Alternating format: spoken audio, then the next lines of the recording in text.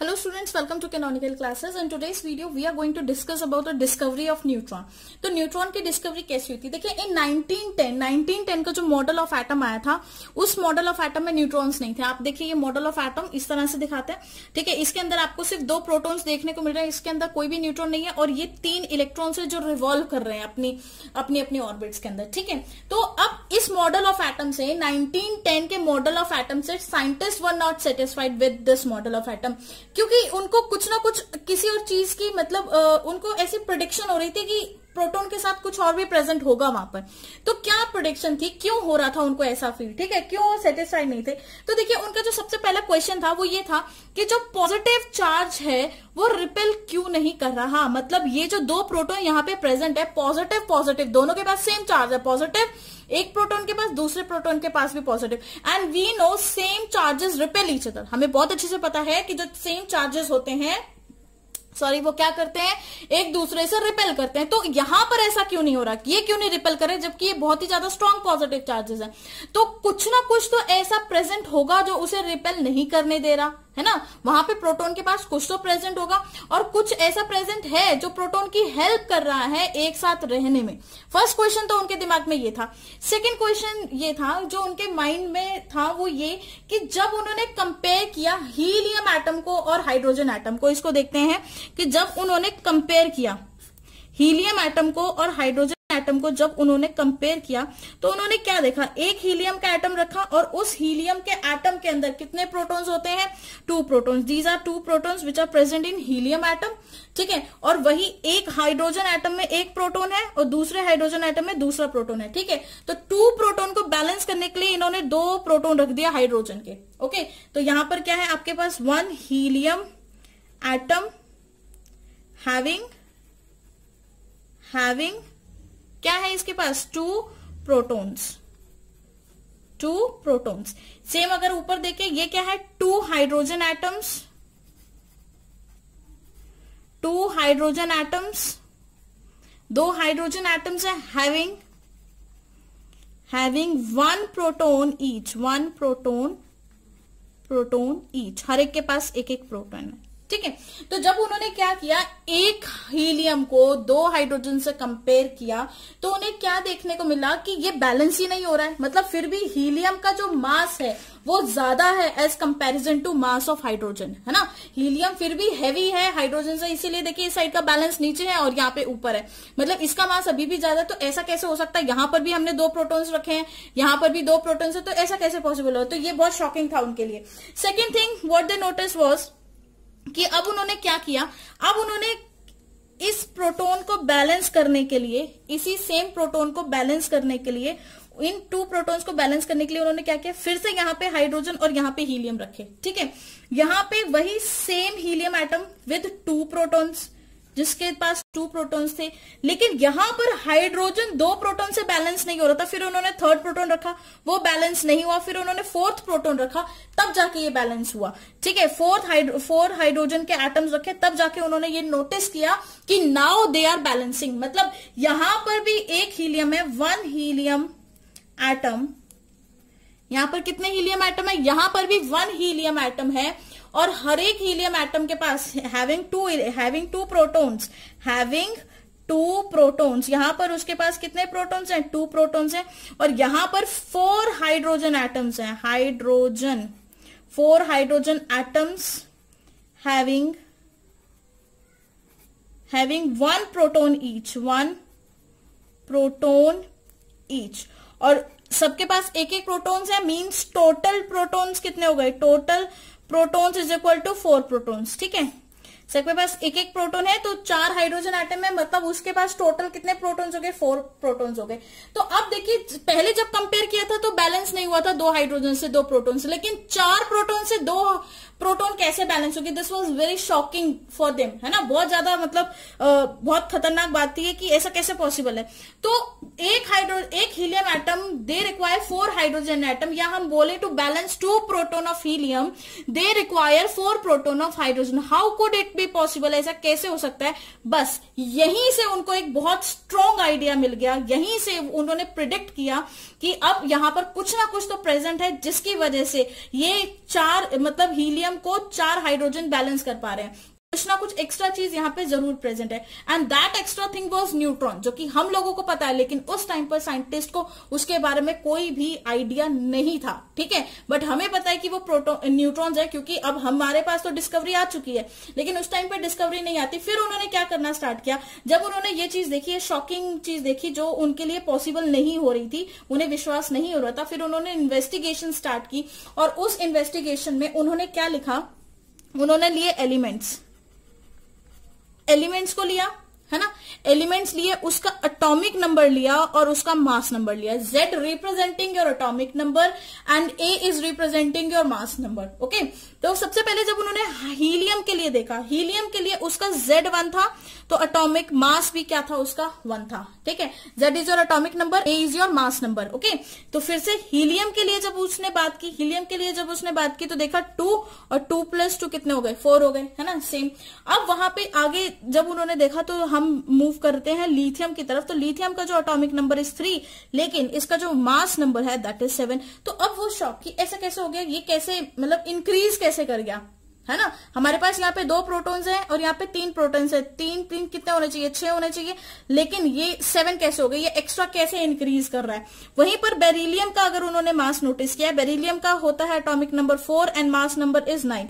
तो यहाँ पर जो इनको इंक्रीज दिखा चार्ज के मास के अंदर, है ना, ये जो उन्होंने ऑब्जर्व किया कि जो एक्स्ट्रा मास है, और ये एक्स्ट्रा मास कहां से आ रहा है। अब क्वेश्चन उनके लिए सबसे बड़ा क्वेश्चन मार्क ये था कि ये जो एक्स्ट्रा मास है वो कहां से आ रहा है। तब उसके बाद हमारे पास एक नए साइंटिस्ट आता है, that is James Chadwick, who was the student of Rutherford, जो कि कौन थे, रदरफोर्ड के ही स्टूडेंट थे।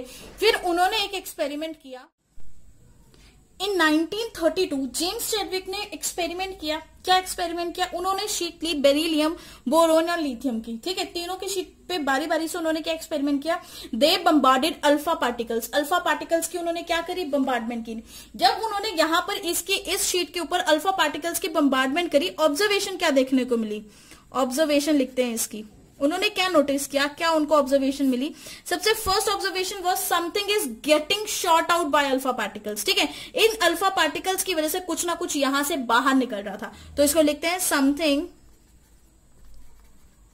Something is getting short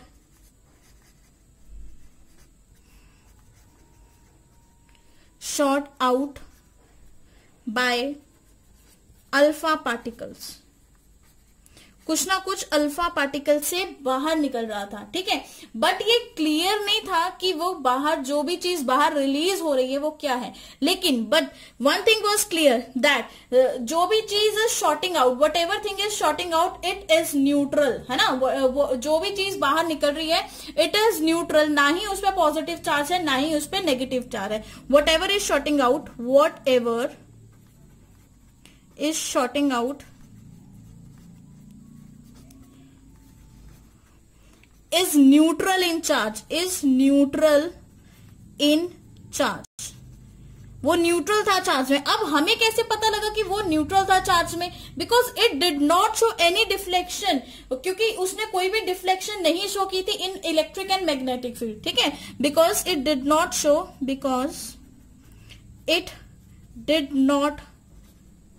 show any deflection in electric and magnetic field,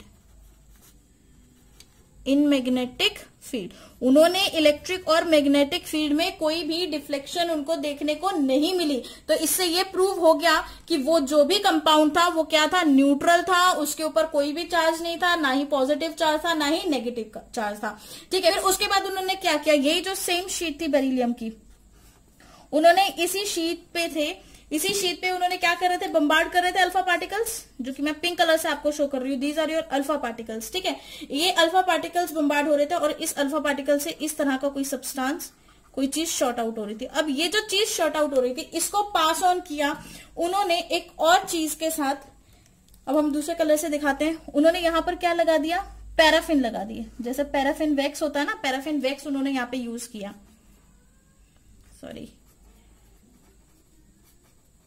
paraffin. ठीक है, उन्होंने यहाँ पे क्या यूज किया, पैराफिन। और इस पैराफिन से उन्हें क्या देखने को मिला, इस पैराफिन से उन्होंने ये ऑब्जर्व किया कि यहां से कुछ शॉर्ट आउट हुआ, कुछ हैवी चीज थी जो यहां से शॉर्ट आउट हुई, बाहर निकली। ओके, और यहां से जो हैवी चीज शॉर्ट आउट हो रही थी वो क्या थी, अब उसको जब देखा गया इलेक्ट्रिक और मैग्नेटिक फील्ड के अंदर उसकी डिफ्लेक्शन देखी गई, तो उससे पता लगा कि जो भी चीज यहां से शॉर्ट आउट हो रही है वो क्या है, प्रोटॉन्स है। प्रोटॉन्स वर शूटिंग आउट, यहां से क्या शूटिंग आउट हो रहे हैं, protons were shooting out, very important, shooting out. Protons यहां से बाहर निकल रहे थे। इसका मतलब जो भी यहां से बाहर निकल रहा है वो हैवी है और बहुत फास्ट मूव कर रहा है। मतलब जो भी प्रोटॉन्स थे वो ऑब्वियसली बात है वो हैवी तो होते ही हैं और बहुत ही फास्ट मूव कर रहे हैं। ठीक है, तो यहाँ पे एक बार फिर से इसको रिपीट करते हैं, फिर इसके कंक्लूजन पे चलते हैं। देखिए क्या किया, सबसे पहले उन्होंने क्या किया, बेरिलियम, बोरॉन, लिथियम की शीट ली, उस पर अल्फा पार्टिकल्स की बम्बार्डमेंट कर दी, जिसमें से कुछ ना कुछ इनविजिबल थिंग बाहर निकल रही थी। और जो चीज बाहर निकल रही थी, इतना पता लग गया था कि जो भी चीज बाहर आ रही है उस पर कोई भी चार्ज नहीं है, क्योंकि उसने इलेक्ट्रिक और मैग्नेटिक फील्ड में कोई भी डिफ्लेक्शन, कोई भी डेविएशन शो नहीं करी। अगर वो चार्ज पार्टिकल होता तो वो इलेक्ट्रिक या मैग्नेटिक फील्ड में अगर वो नेगेटिव होता तो पॉजिटिव की तरफ मूव कर जाता, और अगर पॉजिटिव होता तो नेगेटिव की तरफ डिफ्लेक्शन शो करता। बट उसने कोई भी डिफ्लेक्शन शो नहीं की, hence proved it was neutral. ठीक है, सेकंड थिंग उन्होंने क्या किया, जब उन्होंने यहाँ पे पैराफिन वैक्स यूज किया, उन्होंने वो जो भी बाहर निकल रहा था, जो भी चीज मतलब शूट आउट हो रही थी, उसके सामने उन्होंने पैराफिन वैक्स रखा। और पैराफिन वैक्स जब उन्होंने रखा तो उन्होंने देखा कि उसमें से प्रोटॉन्स बाहर निकल रहे हैं। ठीक है, तो अगर प्रोटॉन्स बाहर निकल रहे हैं तो प्रोटॉन्स तो पता है हमें कि प्रोटॉन्स के पास कुछ ना कुछ मास होता है, तो इसका मतलब जो भी यहां से बाहर निकल रहा है वो हैवी है, क्योंकि प्रोटॉन्स हैवी होते हैं और बहुत फास्ट मूव कर रहा है, तभी तो वो निकलेगा। फास्ट मूव नहीं करेगा तो कैसे निकलेगा। फॉर एग्जाम्पल, अगर आपके पास, जस्ट इमेजिन करिए कि आपके पास एक बड़ी सी बॉल है ना, आपके पास एक बड़ी सी बॉल है, तो इस बड़ी बॉल को क्या ये छोटी सी बॉल बहुत तेज मूव करवा सकती है? नहीं, दिस इज नॉट पॉसिबल। इस बड़ी सी बॉल के लिए एक बड़ी बॉल ही चाहिए उसी की साइज की, सो दैट कि उसको मूव करवाए, है ना। इस कंडीशन में ये मूवमेंट पॉसिबल हो सकती है, यहां पर मूवमेंट इज पॉसिबल। तो बस यहीं से उन्होंने क्या ऑब्जर्व किया, यहां पे लिख लेते हैं, movement is possible, movement possible. तो यहीं से उन्होंने ये देखा कि जो भी चीज जिसकी वजह से ये प्रोटॉन्स बाहर निकल रहे हैं वो क्या है, वो जो प्रोटॉन्स, तो उन्होंने यही डिसाइड किया कि जो भी बेरिलियम, बोरोन एंड लिथियम से निकल रहा है has about same mass as that of proton. क्योंकि अगर उसके पास प्रोटॉन जितना मास नहीं होता तो वो प्रोटॉन को उसकी पोजीशन से नहीं हिला सकता था। ठीक है, तो यहीं से उन्होंने क्या कंक्लूड किया कि whatever is moving out has about same mass as that of proton. ठीक है, तो इस चीज को नोट करते हैं, whatever is moving out, whatever is moving out have same mass, whatever is moving out from, कहां से, बेरिलियम, बोरोन एंड, और क्या था हमारे पास, लिथियम। ठीक है, इस पूरी लाइन को लिखते हैं ना, नहीं तो आप सोचेंगे पैराफिन वैक्स में से जो भी निकल रहा है, नहीं, whatever is moving out from beryllium, boron and lithium, ठीक है, sorry, from beryllium have same moving out, यहां करिए, हैव सेम, क्या है उसके पास, have same mass as that of proton, have same mass as that of proton. Proton के जितना ही मास है, क्योंकि अगर प्रोटॉन के जितना मास नहीं होता तो वो उसको मूव नहीं कर सकता। तो this is how neutron was discovered. इस तरह से आपके न्यूट्रॉन की डिस्कवरी हुई थी। ठीक है, और ये भी क्लियर हो गया कि जो एटम है, it consist of, atom consist of 3 सब अटोमिक पार्टिकल्स, 3 सब अटोमिक पार्टिकल्स। कौन कौन से पार्टिकल्स हैं, प्रोटॉन, इलेक्ट्रॉन एंड न्यूट्रॉन, है ना। एटम के 3 सब अटोमिक पार्टिकल्स हैं, और वो 3 कौन कौन से सब अटोमिक पार्टिकल्स हैं, proton, neutron and electron. And proton और न्यूट्रॉन, जो प्रोटॉन और जो न्यूट्रॉन है, प्रोटॉन एंड न्यूट्रॉन, इसका जो नेमिंग थी, इसका जो नामकरण था, वो किसने किया था, रदरफोर्ड ने। ठीक है, तो Chadwick was a student of Rutherford ना, चैडविक रदरफोर्ड के तो स्टूडेंट थे, इसीलिए उन्होंने अपने सर से ही उसका नामकरण करवाया। तो एक्चुअल में देखिए, अब यहां पर अब आप एक चीज इंपॉर्टेंट समझिए कि बेरिलियम की शीट पे केमिकली देखा जाए, मतलब केमिकल रिएक्शन लिखकर देखा जाए तो क्या होगा, क्या रिएक्शन बनी। Beryllium 4 atomic number 4 and mass number is 9। ठीक है, इस पे हमने किसकी बम्बार्डमेंट करी, अल्फा पार्टिकल्स की। अल्फा पार्टिकल्स क्या होते हैं आपके, फास्ट मूविंग पॉजिटिव चार्ज, जैसे He2 positive, helium 2 positive charge. ठीक है, हीलियम जो होता है ना उसके ऊपर पॉजिटिव, उसके दोनों के दोनों इलेक्ट्रॉन निकाल दो तो अल्फा पार्टिकल ही बन जाता है। तो 2 और उसका क्या होगा 4 एटॉमिक मास। ठीक है, तो जब इस बेरिलियम की शीट पे इस अल्फा पार्टिकल की बम्बार्डमेंट हुई तो जो प्रोडक्ट बना उसमें से रिलीज हुआ कार्बन। ठीक है, जिसका 12 था, प्लस एक न्यूट्रॉन भी बाहर निकला। ठीक है, जिसका मास क्या था 1 था। लेकिन यहाँ पे बहुत इंपॉर्टेंट चीज जो आपको नोटिस करनी है वॉज दिस, कि जो ये न्यूट्रॉन है ये बहुत ही शॉर्ट लिव्ड होता है, बहुत ज्यादा शॉर्ट लिव्ड है। हम लिख सकते हैं यहाँ पे it is short lived. Short lived मतलब इसको आप अगर खुले में रखोगे 2 मिनट में टूट जाएगा। ठीक है, तो इसका हाफ टाइम जो होता है, मतलब इसका जो हाफ टाइम होता है वो ओनली 17 मिनट्स का होता है। 17 मिनट्स तक टिकेगा और जैसे ही 17 मिनट खत्म हुई जल्दी ही ब्रेक कर जाता है। तो इसीलिए ये न्यूक्लियर रिएक्शन जो होती है ये इतने खतरनाक रिजल्ट क्यों देती है, क्यों सब लोग न्यूक्लियर रिएक्शंस को बहुत ही मतलब डेंजरस मानते हैं, इसी वजह से मानते हैं क्योंकि इनका जो न्यूट्रॉन का जो हाफ लाइफ है वो कितना है 17 मिनट्स है। अगर हम इसकी न्यूक्लियर रिएक्शन देखें तो न्यूक्लियर रिएक्शन देखिए, इसका एटॉमिक नंबर तो 0 होगा। ठीक है, क्योंकि प्रोटॉन तो है नहीं, इस पे मास नंबर 1 है। तो ये जो ब्रेक करेगा किस में करेगा, 1 प्रोटॉन के अंदर ब्रेक करेगा, प्लस इलेक्ट्रॉन के अंदर ब्रेक करता है। ठीक है, और ये आपका प्रोटॉन है, और ये क्या है आपका इलेक्ट्रॉन के अंदर ब्रेक करेगा। और ये बहुत इंपॉर्टेंट है न्यूक्लियर रिएक्शन, अच्छे लोगों को यही नहीं पता होती कि न्यूक्लियर रिएक्शन क्या हो रही है। ठीक है, इट मींस न्यूट्रॉन अकेले एग्जिस्ट नहीं करता है, वो सिर्फ और सिर्फ किसमें एग्जिस्ट करता है, न्यूक्लियस में। अकेले एग्जिस्ट करेगा तो 17 मिनट में खत्म होके क्या बना देगा, प्रोटॉन और इलेक्ट्रॉन। तो इसका मतलब वो अकेले तो एग्जिस्ट नहीं करता, वो सिर्फ न्यूक्लियस में ही एग्जिस्ट करता है under the influence of strong nuclear forces. ये लिखते हैं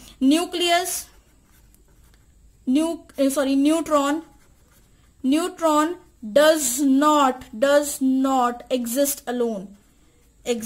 alone, वो अकेला एग्जिस्ट नहीं करता है। ठीक है, it exists under the nucleus, it exists inside the nucleus, nucleus के अंदर एग्जिस्ट करेगा। It exist inside the nucleus under the influence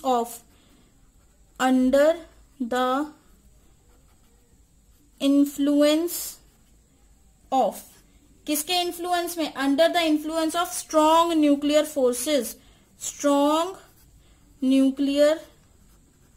forces, under the influence of strong nuclear forces. अगर न्यूक्लियर फोर्सेज नहीं होंगी तो वो एग्जिस्ट नहीं करेगा, क्योंकि उसका हाफ टाइम जो है उसका बहुत कम है। अगर हम बाहर रखेंगे तो 17 मिनट्स में ही टूट टाट के क्या बना देगा, प्रोटॉन एंड इलेक्ट्रॉन बना देगा। ठीक है, तो अब जरा ये फंडामेंटल पार्टिकल्स है, इनके मास चार्ज के बारे में थोड़ी सी डिस्कशन कर लेते हैं। तो चलिए देखिए, जो भी आपके पास फंडामेंटल पार्टिकल्स है, हेडिंग डालिए यहाँ पे fundamental particles.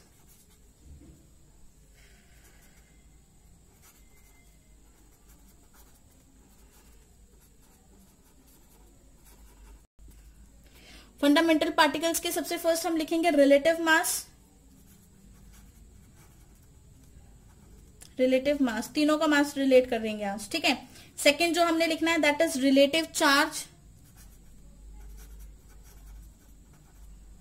Relative mass, relative charge. And third thing जो हमने लिखनी है दैट इज मास इन